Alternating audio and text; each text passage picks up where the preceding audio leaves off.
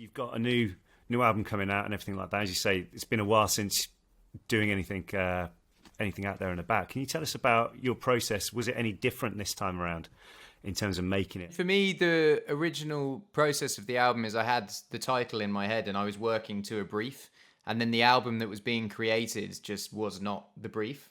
Songs would come out and I'd be like, oh, I love this, but it doesn't fit on this album that I'm trying to make. So I basically parked the album I was trying to make and finished this one, and then we're going to finish the other one pretty much straight after. The songs are all there, and the songs have been there for a long time, but it's about sonically finding, like production basically, finding where stuff fits. Yeah, certainly it's been a much longer process. And I think, to be fair, but I think for that thing, it's been a more detailed process where, and correct me if I'm wrong, Ed, in the past there's been songs that have been really sort of demoed and they'll just fall by the wayside, whereas we've actually got a lot of songs that a lot of work has gone into. So there's that plus side. But then we have to whittle down, and it's the heartbreak. And I have a whiteboard here of songs that I'm constantly wiping out and replacing with what's going to make them. And there's songs you forget about and songs that come back and go. So that's a different process. But you just want to make it as good as it can be. I was going to say, Stuart, that must be the most painful job to do, because I'm bad when... Do you remember when you used to make your own CDs for your car and you could only fit like 10 songs? Well, to be fair, it's quite good, Ed, because Ed always does it, and Ed will always send track listings, and I'll always look at it and go, great, no, great. There's always one song I don't like. There always is. There still is. I'm looking at it now. I'm not telling you.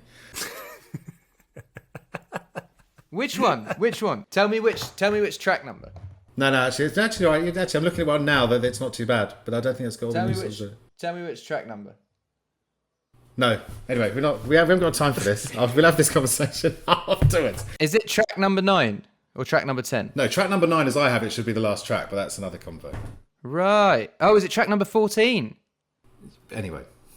It is, isn't it? No, not to go. I'm saying just the order's wrong. I feel like track listing. This is why streaming has been like and not so much streaming, but also like iTunes as well. Is like a hard thing for a musician to come to terms with, because I grew up listening to. I'd buy a CD and I would listen to the CD and not skip. There was no skips. You would just listen to it. Whereas now, it's very much song based, but I think if you make a good enough collection of the singles, so for instance on Divide we put out Shape of You, Castle on the Hill, Happier, Galway Girl, Perfect, and people can listen to those 5 songs and be like, oh, I have a general idea of what the album's going to sound like, let me listen to the rest of it, and then people will listen to the whole album. And that's why I think it's a mistake for artists and labels to sort of focus on being single artists, because I think if you make a body of work, it does get listened to as a body of work, but it's just